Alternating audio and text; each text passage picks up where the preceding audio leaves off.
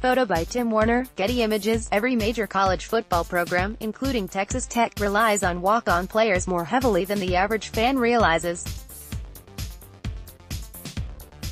Though we often do not hear their names on Saturday afternoons, these unheralded players are critical to any team, especially in the era of the 85 scholarship limit. These are the players that comprise the majority of a program's scout teams, which are vital in helping the starting units prepare for each opponent.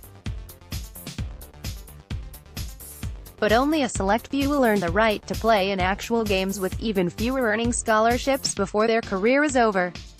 In recent years, that has been the case for two Red Raiders. Senior defensive back Justice Parker began his career at Texas Lutheran before walking on in Lubbock in 2016. And after a breakout 2017 season that saw him intercept 4 passes, force 4 fumbles, returning 1 for a touchdown, and register 42 tackles, he was placed on scholarship by Cliff Kingsbury.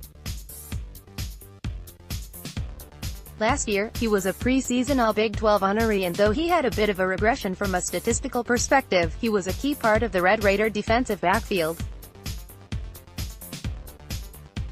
This fall, he figures to be a key member of a revamped secondary and will enter spring practice as one of the favorites to earn a starting spot at one of the safety positions.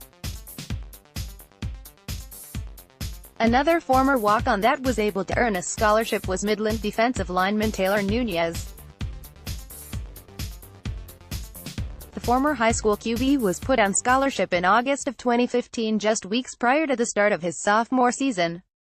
He finished his career having appeared in 36 total games as a rotation piece along the defense line and a key special teams contributor.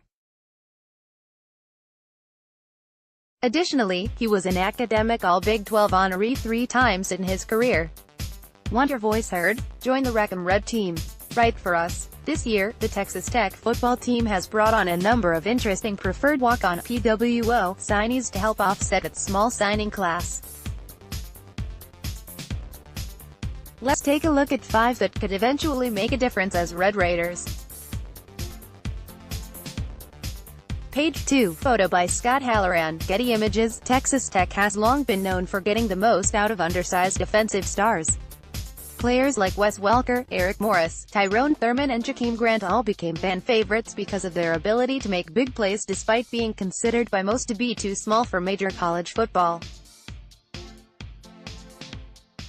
The next pint-sized Red Raider offensive star could be running back Chuck Buco, a preferred walk-on from Hutto, Texas.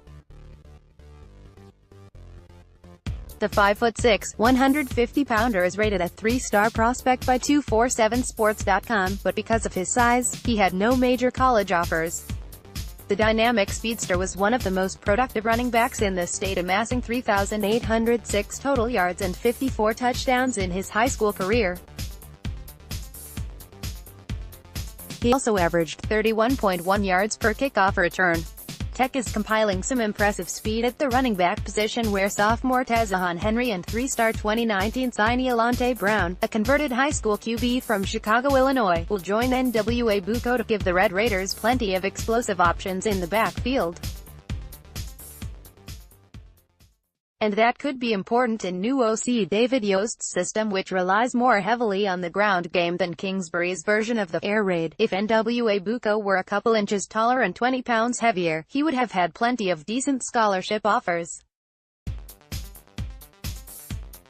But because many programs feel he is too small to play running back in college, Tech may have found another undersized offensive playmaker to torment opposing defenses. Page 3. Use your arrows to browse all. Cole Thomas. Texas Tech signed only 2 offensive linemen in the 2019 class. That leaves quite a void at a position where teams often aim to sign at least 4 players per year. That's why landing 6'7", 265-pound Cole Thomas from Seattle, Washington was a huge win for the new staff. The 3-star prospect had offers from Utah State, Air Force and Columbia, as well as an offer to walk on for his hometown Washington Huskies.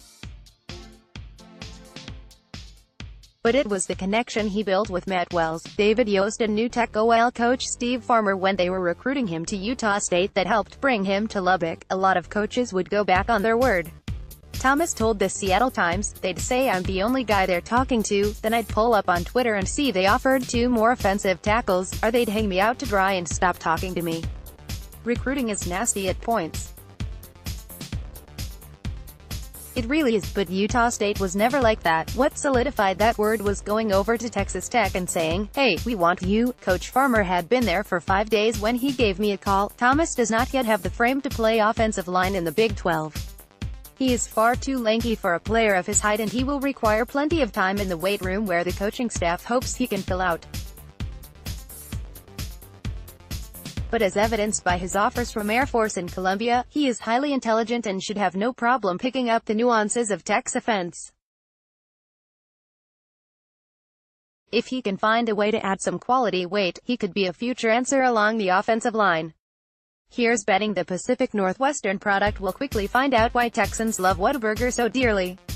Use your arrows to browse.